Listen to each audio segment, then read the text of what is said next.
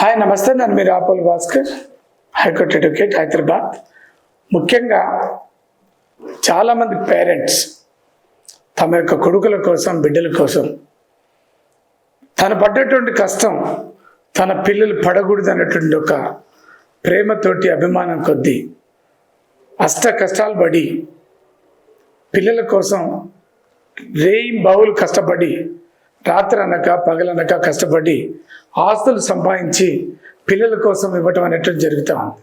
బిడ్డలకు, కొడుకులకు ఇవ్వటం జరుగుతూ ఉంది. వాళ్ళ మీద ప్రేమతోటి, అభిమానం కొద్దీ ఆస్తుల్ని వాళ్ళ పేర్ల మీద రిజిస్ట్రేషన్ చేస్తూ ఉంటారు. రిజిస్ట్రేషన్ చేసిన తర్వాత వీళ్ళు వృద్ధాప్య దశలోకి వచ్చినప్పుడు ఆ తల్లిదండ్రుల్ని కన్నా సొంత పిల్లలే పట్టించుకునేటటువంటి దాఖలాలు లేవు. రోజు రోజుకు తల్లిదండ్రులు పట్టించుకున్నటువంటి యొక్క కొడుకులు, కూతురుల యొక్క సంఖ్య విపరీతంగా పెరిగిపోతూ ఉంది. అనాథ ఆశ్రమాలు పెరిగిపోతూ ఉన్నాయి, వృద్ధాశ్రమాలు పెరిగిపోతూ ఉన్నాయి. బలమైనటువంటి కొడుకులు, డబ్బులున్నటువంటి కొడుకులు ఆస్తులు సంపాదించినటువంటి తన తల్లిదండ్రుల్ని తీసుకుపోయి వృద్ధాశ్రమాలలో జాయిన్ చేస్తున్నటువంటి దారుణమైనటువంటి పరిస్థితి రోజు రోజుకు పెరిగిపోతూ ఉంది. ఈ క్రమంలో ఒక కొడుకు పేరు మీద రిజిస్ట్రేషన్ చేయబడినటువంటి ఆస్తిని రద్దు చేయమని చెప్పేసి వృద్ధ తల్లిదండ్రులు హైకోర్టుకు చేరటం అనేది జరిగింది. హైకోర్టు ఆ కేసుని కాస్త సుప్రీంకోర్టు దాకా పోవటం అనేది జరిగింది. సుప్రీంకోర్టు వారు ఒక బలమైనటువంటి, ఒక సంచలనాత్మకమైనటువంటి తీర్పు ఇచ్చారు.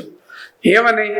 తల్లి తండ్రులు సంపాదించినటువంటి ఆస్తిలో తల్లిని, తండ్రిని వాళ్ళు కొడుకులు కానీ, కూతురు కానీ పట్టించుకోకపోతే ఆస్తుల్ని అనుభవించేటటువంటి హక్కు మీకు లేదు అని కోర్టు వారు చెప్పడం అనేది జరిగింది.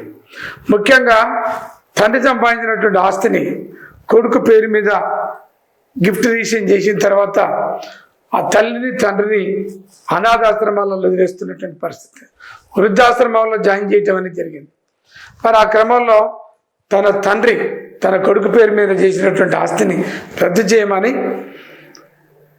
జిల్లా కలెక్టర్కు దరఖాస్తులు పెడితే కలెక్టర్ రద్దు చేయలేదు. ఆ తర్వాత అది హైకోర్టుకు వచ్చింది.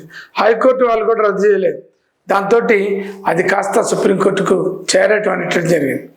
సుప్రీంకోర్టు దీన్ని పరిశీలించినటువంటి గౌరవ న్యాయమూర్తులు, తండ్రి సంపాదించినటువంటి ఆస్తిని తినడానికి నీకు అధికారం లేదు. ఎందుకు అనంటే తండ్రిని నువ్వు ఒక బాధ్యత కలిగినటువంటి కొడుకులాగా పెంచడం లేదు, సాధడం లేదు, మంచి చెడు చూస్తా లేవు. తల్లి తండ్రిని కాపాడాల్సినటువంటి నువ్వే, మరి ఆయన ఆస్తిని తినడానికి నీకు అధికారం లేదని తండ్రి ఎగ్జిక్యూట్ చేసినటువంటి గిఫ్ట్ డీడ్స్ని క్యాన్సిల్ చేసి కొడుకు, మరి తండ్రి పేరు మీదకి వాటిని ఆస్తిని తిరిగి బదలాయింపు చేయటం అనేది జరిగింది.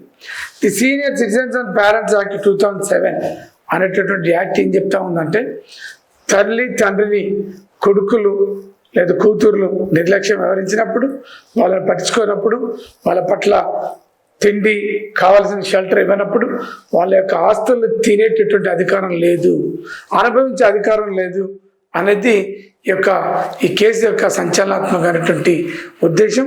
ఇది మీ నోటీసులో పెట్టుకోండి. ప్రతి వాళ్ళు తల్లిని, తండ్రిని గౌరవించండి, వాళ్ళని ప్రేమించండి, వాళ్ళకు సంబంధించినటువంటి ఆస్తుల్ని కాపాడండి, వాళ్ళని కాపాడండి. మంచి విధానంతో ప్రేమపూర్వకంగా మీరు పొందాలి తప్ప వాళ్ళని ఇబ్బంది పెడితే మీ అందరికి కూడా జైలు శిక్షలు పడేటటువంటి ప్రమాదం ఉంది, మీ ఆస్తులు పోయే ప్రమాదం ఉంది. మీ నోటీసులు పెట్టడం కోసం మా ప్రయత్నం. Thank you.